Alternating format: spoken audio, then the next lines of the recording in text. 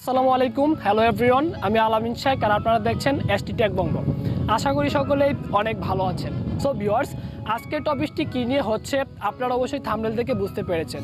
যেহেতু থাম্বনেল থেকে ভিডিওতে ক্লিক করেছেন, আশা করি যদি সম্পূর্ণ ভিডিওটি আপনারা কন্টিনিউ করতে থাকেন, আপনারা খুব ইজিলিভাবে কিন্তু আপনারা বুঝে যেতে পারবেন যে একটি ইউটিউব থেকে কত ভিউয়ে এবং কত সাবস্ক্রাইবে এবং একজন ইউটিউবার কত টাকা ইনকাম করে থাকে।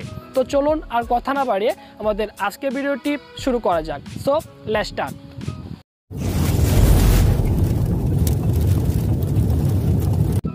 এখন প্রশ্ন হচ্ছে, প্রথম প্রশ্ন যে একজন ইউটিউবার কত সাবস্ক্রাইবে কত টাকা পেয়ে থাকে।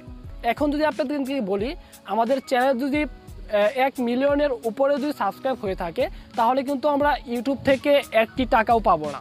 কারণ ইউটিউবের কোনো পলিসিতে লেখা নেই যে আপনি এত সাবস্ক্রাইব থেকে এত টাকা আর্ন করতে পারবেন। এখন দ্বিতীয় প্রশ্ন হচ্ছে যে কত ভিউয়ে কত টাকা পেয়ে থাকি। ইউটিউবের কোনো রুলসে কিন্তু লেখা নেই যে আপনাদের ইউটিউবে একটি ভিডিওতে যদি অত ভিউ হয়ে থাকে আপনারা এত টাকা ইনকাম করতে পারবেন।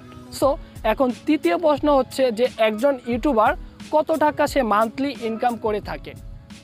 এখন আপনাদের একটি প্রশ্ন হচ্ছে যে একজন ইউটিউবার মান্থলি সর্বনিম্ন সে $100 ইনকাম করতে পারে।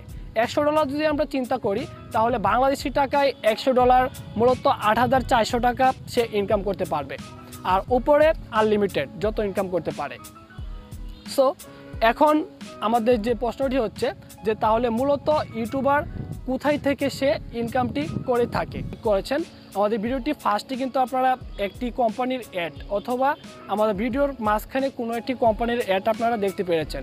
সো আমার ভিডিওটি যদি আপনারা 1000 জনে দেখে থাকেন অথবা 500 জনে দেখে থাকেন, তাদের মধ্য থেকে 100 জনকে কিন্তু ইউটিউবে ওই অ্যাডটি শো করাবে।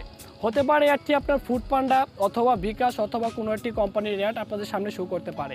মূলত আমাদের একটি ইউটিউব চ্যানেলে যখন আমরা একটা ভিডিও আপলোড করি, তখন আমাদের ভিডিওটি যে যত অ্যাডভার্টাইজ আমাদের প্রোভাইড হবে, সো আমরা মূলত অত টাকায় কিন্তু ইনকাম করে থাকবো।